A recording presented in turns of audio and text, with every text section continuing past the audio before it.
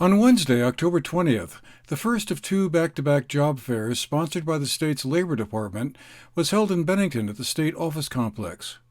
A second one was planned for the following day in Rutland.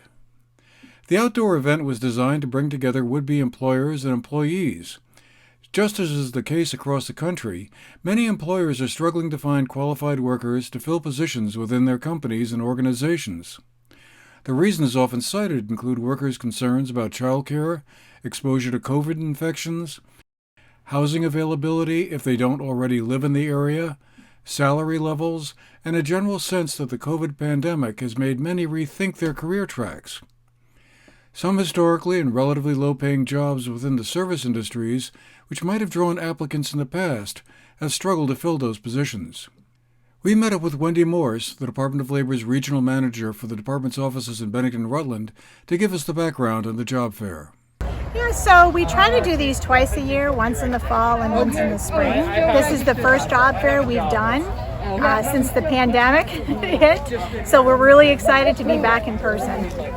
As employers have great hiring needs, we currently have, I believe, over 18,000 job postings statewide in our Vermont Job Link system, and certainly not enough job seekers to fill those openings. So that's definitely a challenge on the employer side.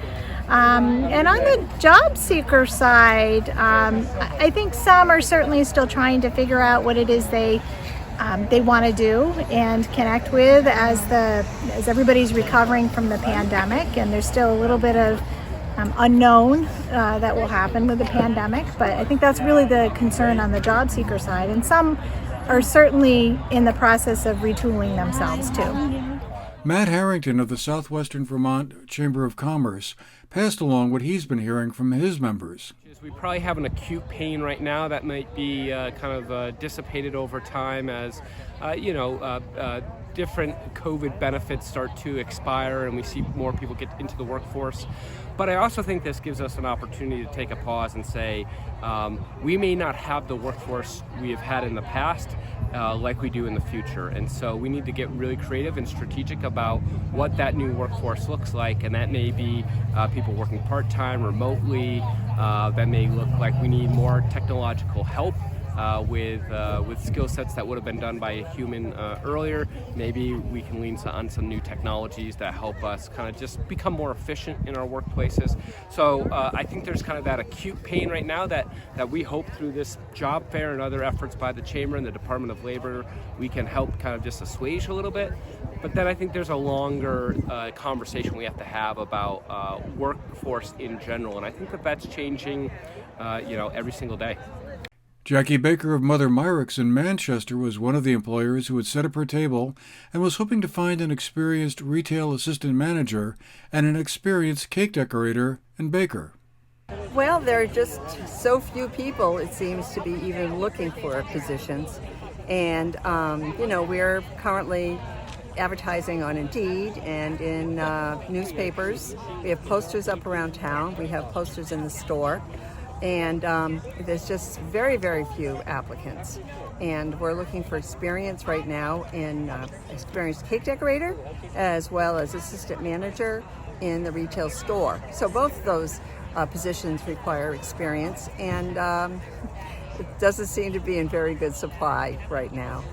Not far away, Nick Galt of the Southwest Vermont Supervisory Union was hoping to fill a variety of positions.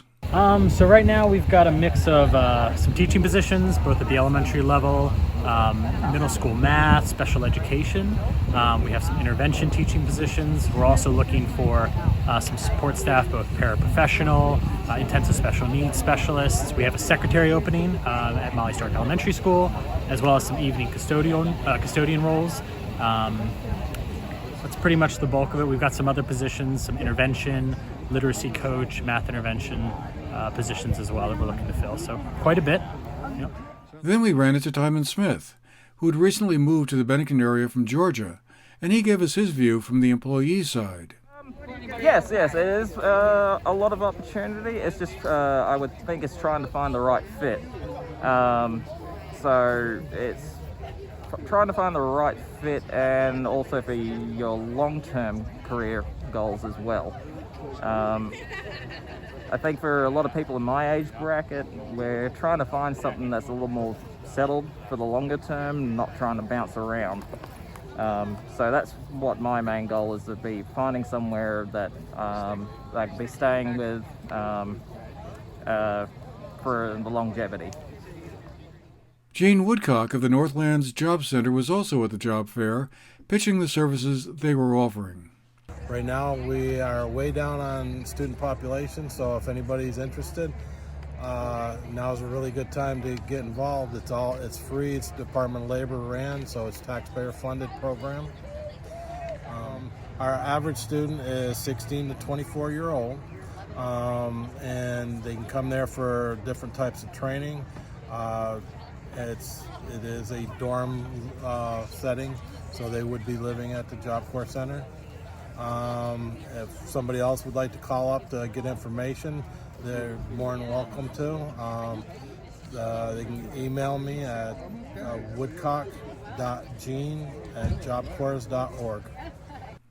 Finding qualified workers is harder today than it's been in a while, and clearly the COVID pandemic has had a lot to do with that.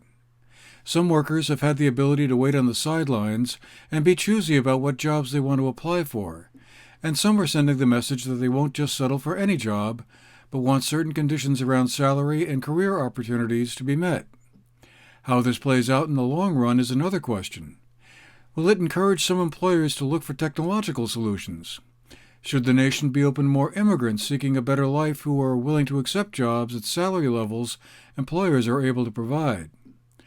Will things settle back into something resembling the pre-pandemic normal once the pandemic is, finally, under control? Or is this the beginning of a new normal? We'll have to wait and see. For the GNAT-TV News Project, I'm Andrew McKeever.